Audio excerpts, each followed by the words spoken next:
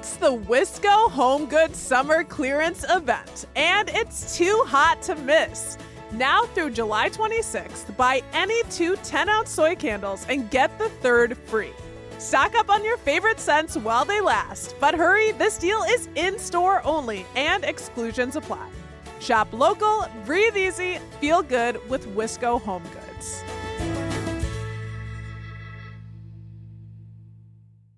Think of the excitement of being a kid on the first day of school. Now imagine what it would feel like if your family couldn't afford to send you with a backpack and school supplies. Help Goodman Community Center give every kid a great start to the school year by supporting their backpack and school supply drive. Visit goodmancenter.org/backpack drive to learn how you can buy supplies and drop them off, order online and ship to Goodman, or simply make a donation and let Goodman do the shopping. Every child matters and every gift helps.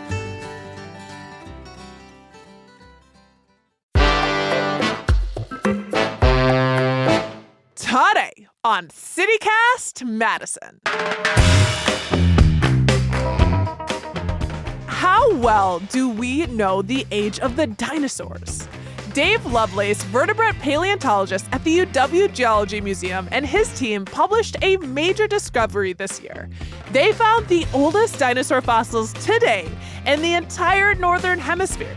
Go Badgers! Their finding upends decades of thinking about when and where dinosaurs walked this earth. We're bringing back our conversation with museum scientist Dave Lovelace to better understand this seismic discovery and his team's essential partnerships with Native communities in Wyoming. It's Wednesday, July 16th. I'm Bianca Martin, and here's what Madison's talking about.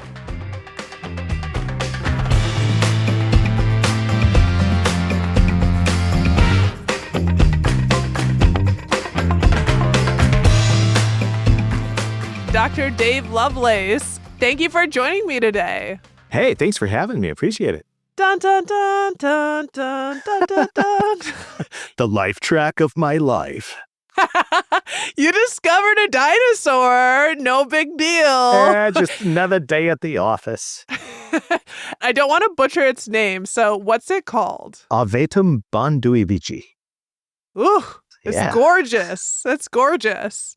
So what do we know about the characteristics of the dinosaur? Avetum it's a little dinosaur. And we know based on not only its age and where it is and where it fits in the family tree that it would have been a relatively small animal. So 3 feet long from the tip of the tail to the tip of the nose.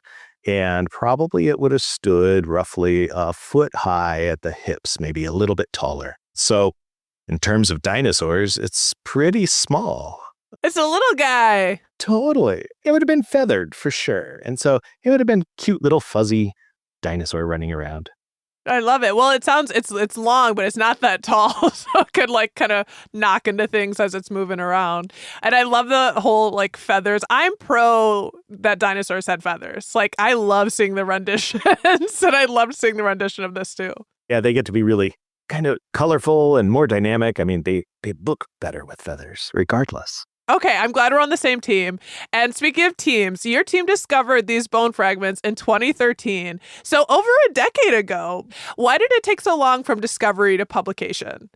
It's all the reasons. It's not just because I'm really slow at doing science. When we found the bone, the first fragments, and we're like, wait, this is a femur.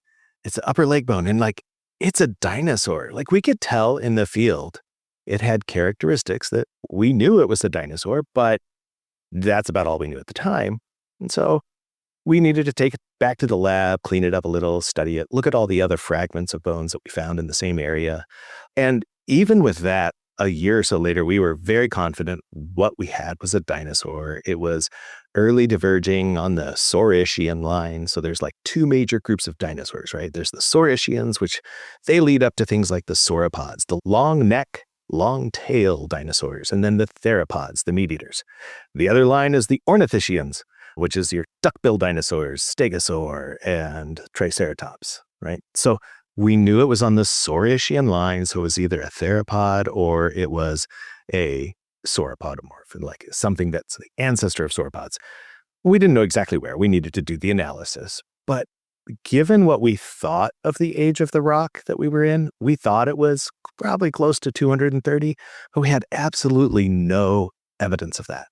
And outside of some small loose connections. So I basically had to spend the next almost decade building up the story with all these little pieces that were going to help test this idea. It's 230 million. And ultimately that led to radiometric dates that told us that it was the age that it is. But it was actually all the other work that we did over a period of that decade from the stratigraphy. So we're measuring the rocks all over the state to try to figure out the history of the rock formation itself, just the rocks that this thing's preserved in. We're looking at all the fossils that we can find. So we're looking at pollen grains. We're looking at plant fragments. And you're out there in Wyoming. Yeah, oh, yeah. With UW researchers, yeah. So yeah, we do most of our field work in Wyoming, and we're working in the Triassic rocks of what's called the Chugwater Group. And the upper portion of that is a formation called the Paposia Formation. And that's what we were really doing, is we were studying the Paposia. And the thing about that is it really hadn't been studied for half a century. It was a joke back where I was doing my undergraduate, that the professors at the University of Wyoming would send you out to the field to study the Chugwater if they were really, really mad at you, because there's no fossils. It's so boring. You found it in a really tricky spot. Yeah. And I was like, well, why are there no fossils? We had to go look and figure that out. And that was part of this problem, right? We found some stuff. It's really cool. But there's no background information, which there often is in a lot of these rock units. When we're going out and finding dinosaurs, we have a pretty good idea of what's going on because it's been studied for 100 years.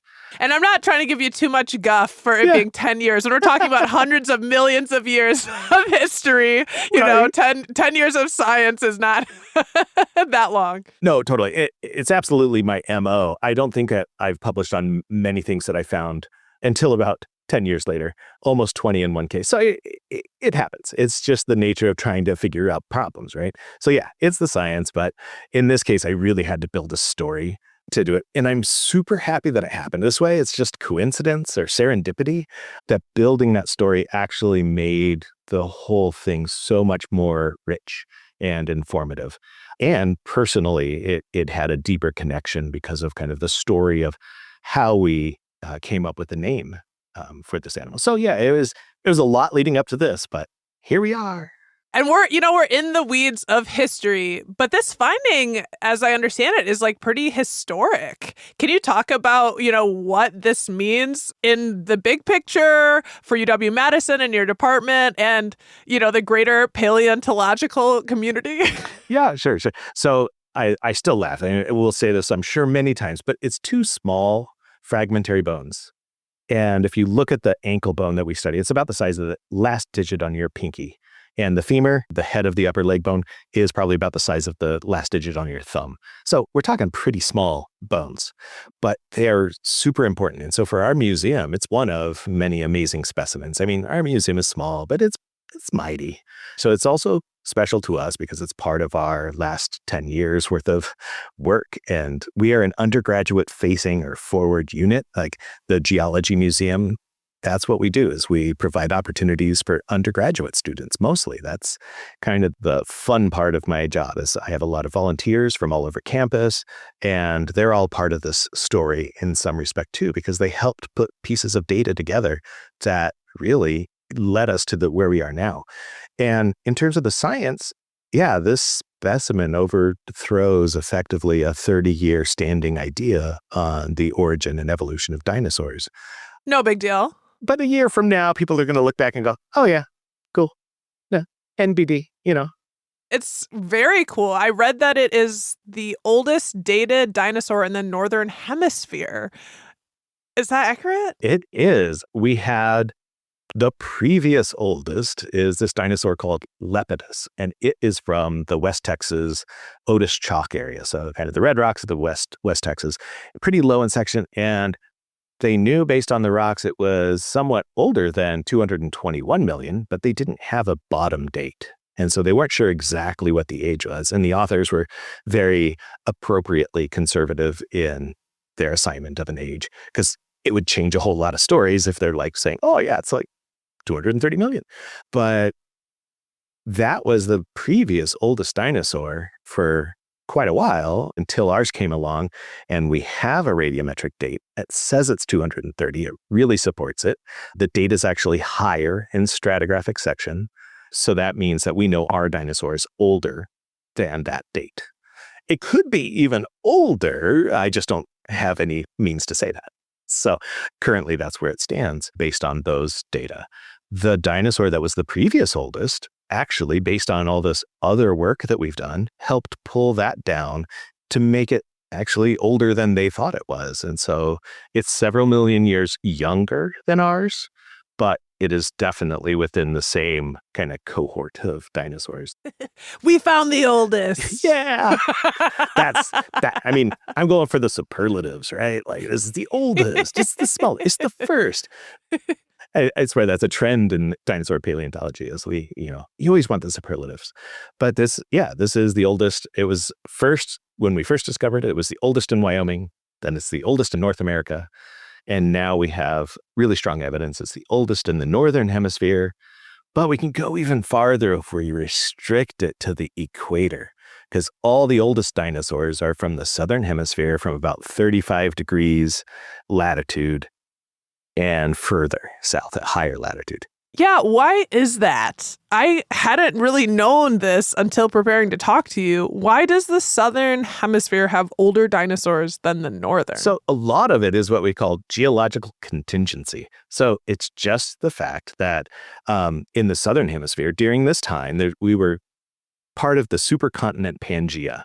And if you look at a map of Pangaea, it looks like a gigantic letter C, with the middle of it being right about the equator. And it has one half going up north and one half going south. In the southern hemisphere, that's where a lot of these outcrops of this age are really well exposed along the flanks of the Andes and along the basins in Brazil. There's also similar exposures in South Africa and some in India. And even though India's in the northern hemisphere now, it was part of the southern hemisphere continent. It's shifted. Yeah, that's the ideas that we have. A lot of these dinosaurs are from there. The question was, why don't we find any from between 30 degrees south and 30 degrees north? And that's the geological contingency. That part of the continent, of the supercontinent, just doesn't preserve rocks of this age. And there's lots of reasons. There's rifting that was going on. There were mountains that were there at the time. All of these things are factors that lead to either the lack of preservation, or even if it was preserved there, maybe something came through, like a mountain uplifted and all those rocks eroded away, but they just don't exist. So the data is not accessible because it literally is not there. That's part of the issue, is that we have all this stuff from high latitudes in the southern hemisphere, nothing from the equator. And in the northern hemisphere, we just didn't appear to have the right aged rock that was terrestrial and like not ocean rock. And the areas that did seem to have the right age just weren't producing any fossils. And if it's not producing fossils, it's because they're not there. It was a harsh environment.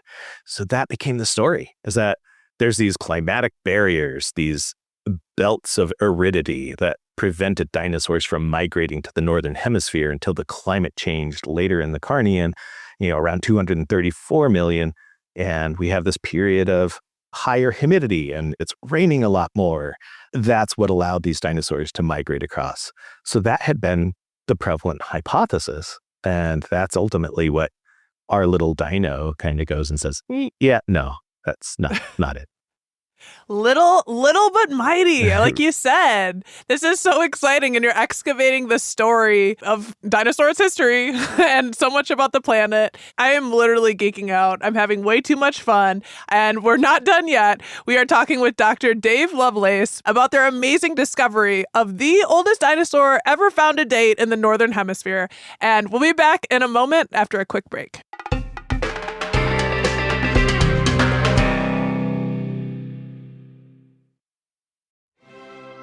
On July 19th, experience a night of wonderful music under the stars. Join Madison Opera for Opera in the Park, a free concert in beautiful Garner Park.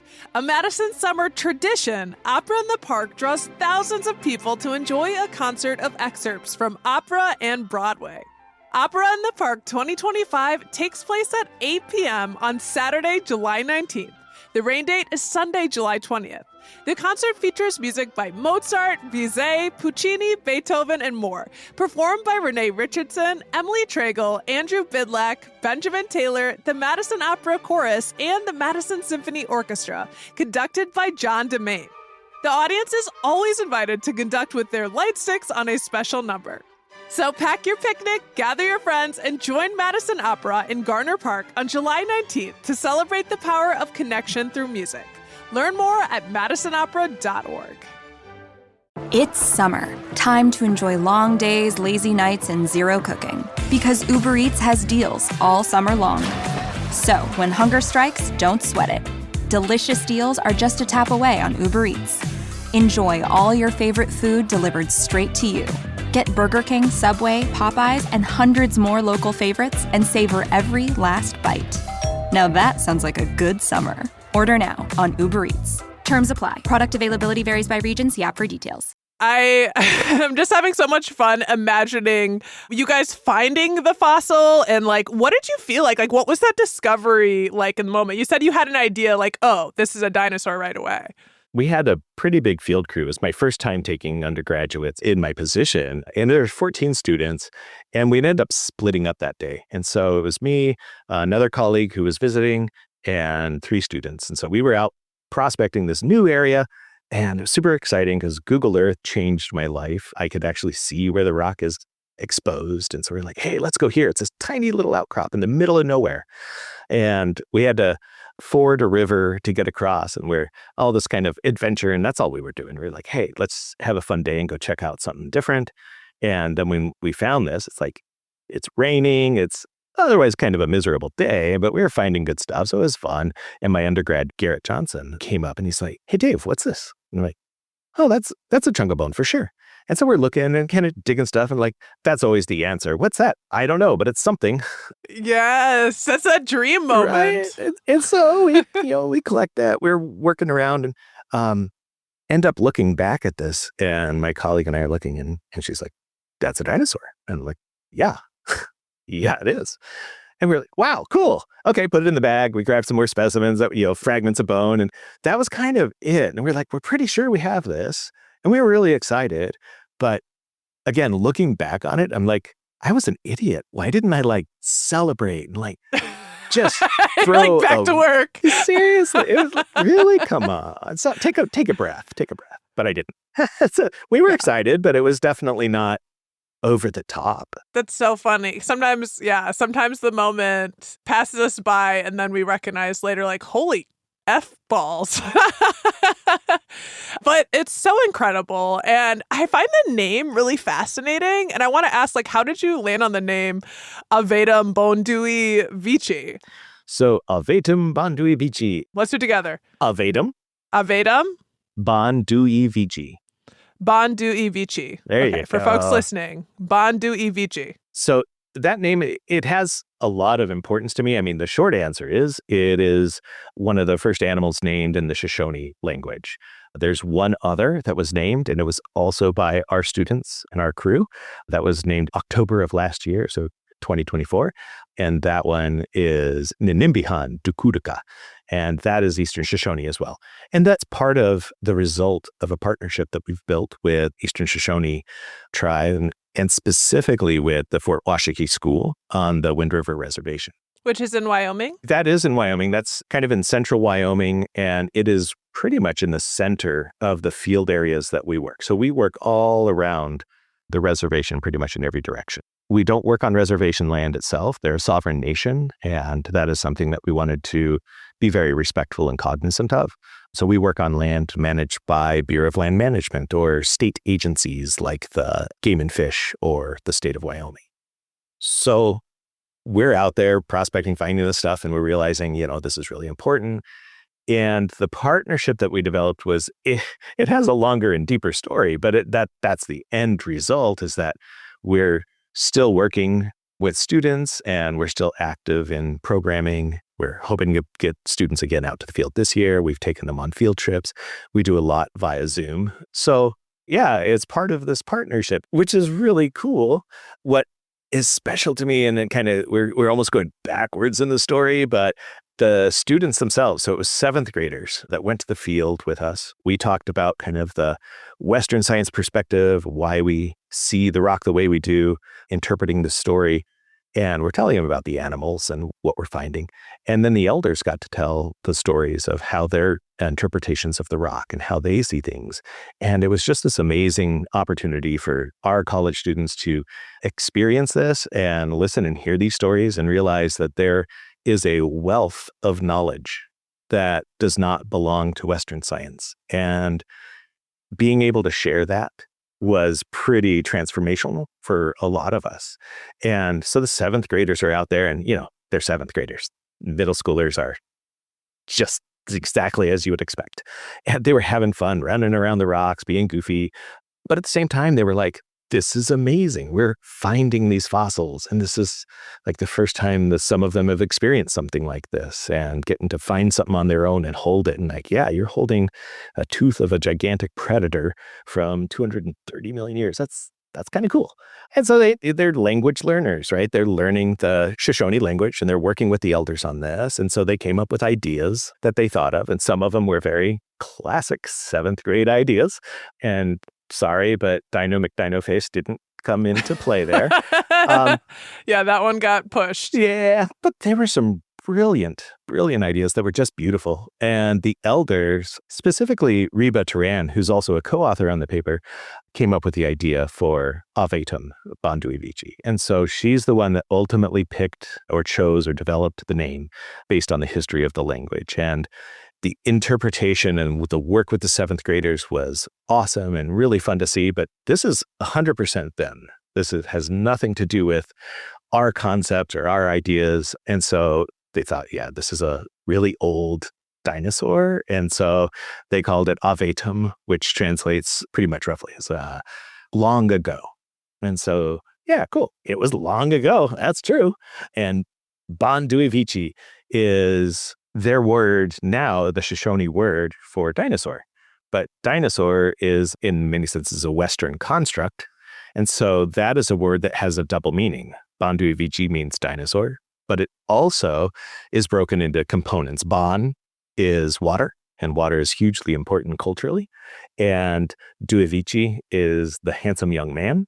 And so Bandui Vici is the name for these salamanders that are in the area. And they're dark black in color with these beautiful, super bright yellow stripes and dots.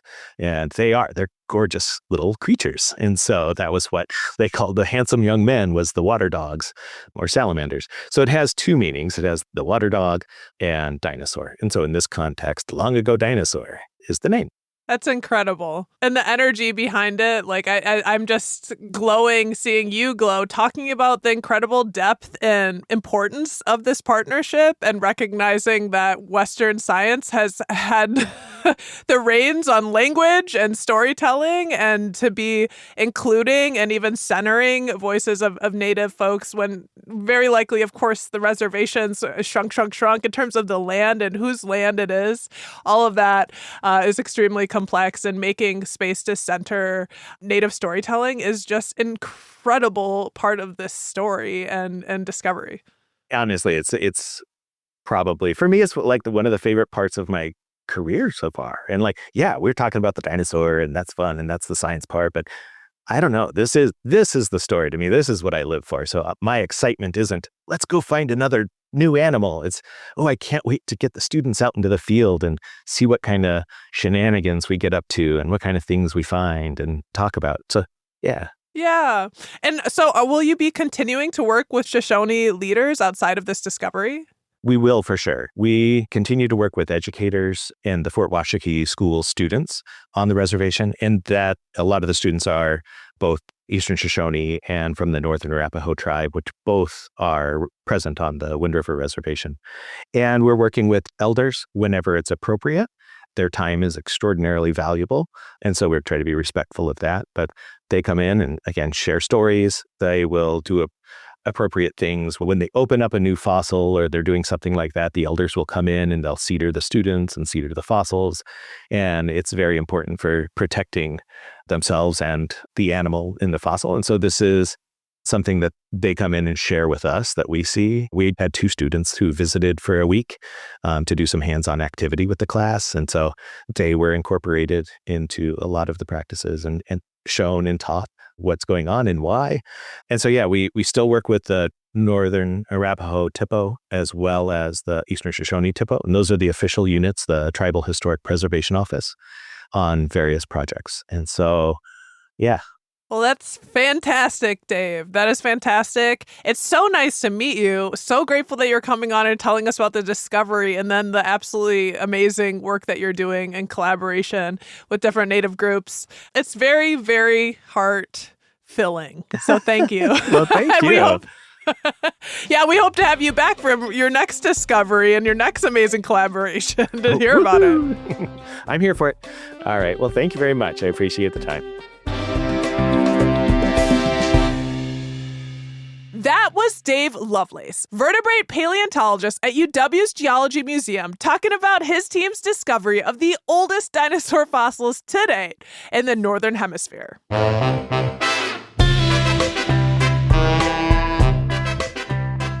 That's all for today, here on CityCast Madison. I'm Bianca Martin, your host.